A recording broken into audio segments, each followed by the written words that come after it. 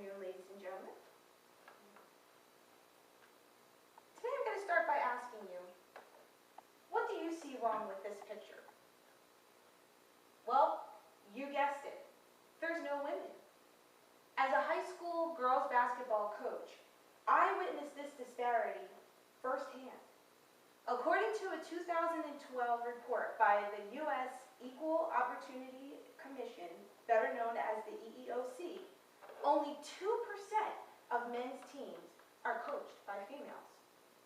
Though women serve as leaders of Fortune 500 companies, they still are grossly underrepresented in the world of men's sports.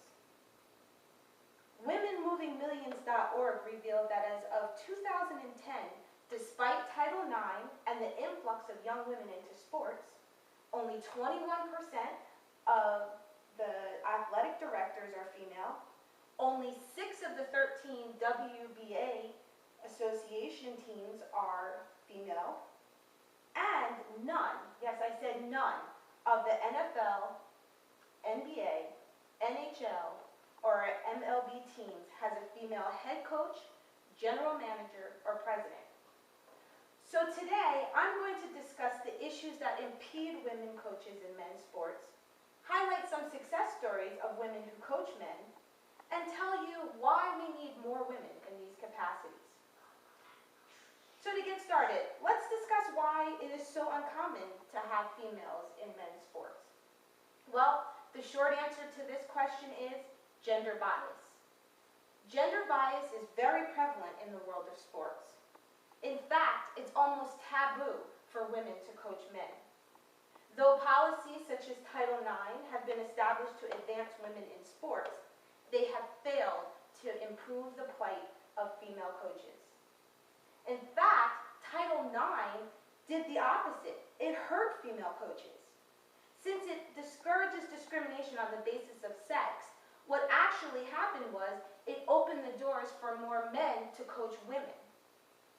In a case study by Rode and Walker in 2008, it reported that before Title IX, there were actually 90% of female sports were coached by women. After the implementation of Title IX, we only have 42%. It also revealed that both men and women have a strong preference to wanting to work with male coaches. Some of the reasons for that include lack of female coach exposure. The test subjects, all their experiences had been with male coaches. That's all they could relate to. And since female coaches are not highlighted in media, their idea of success was attributed to what? A man. Couple that with gender stereotypes, that women are too soft, emotional, fragile, that they'll struggle with work-life balance, and that male players simply won't respect them. Add to that, good coaching attributes that society accepts are aligned with male traits. That alpha male, that dominant, controlling, inspiring, respect characteristic. But now that we've determined why there's so few women coaches in the men's field, let's uncover some examples of women that are actually infiltrating the men's world. Amelie Mauresmo, she's a pro tennis coach, but she herself has an expansive resume. She turned pro at the age of 13 and won 2 Grand Slam titles. Next, we have Natalie Randolph. Natalie Randolph is a high school football coach, but she herself was a wide receiver for 6 seasons with the DC Divas, which is an independent women's football league from 2003 to 2008.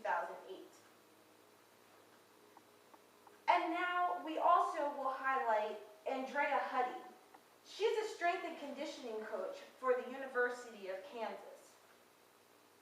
In her role and her tenure with the team, they actually won 12 Big Ten championships and made 2 Final Four appearances.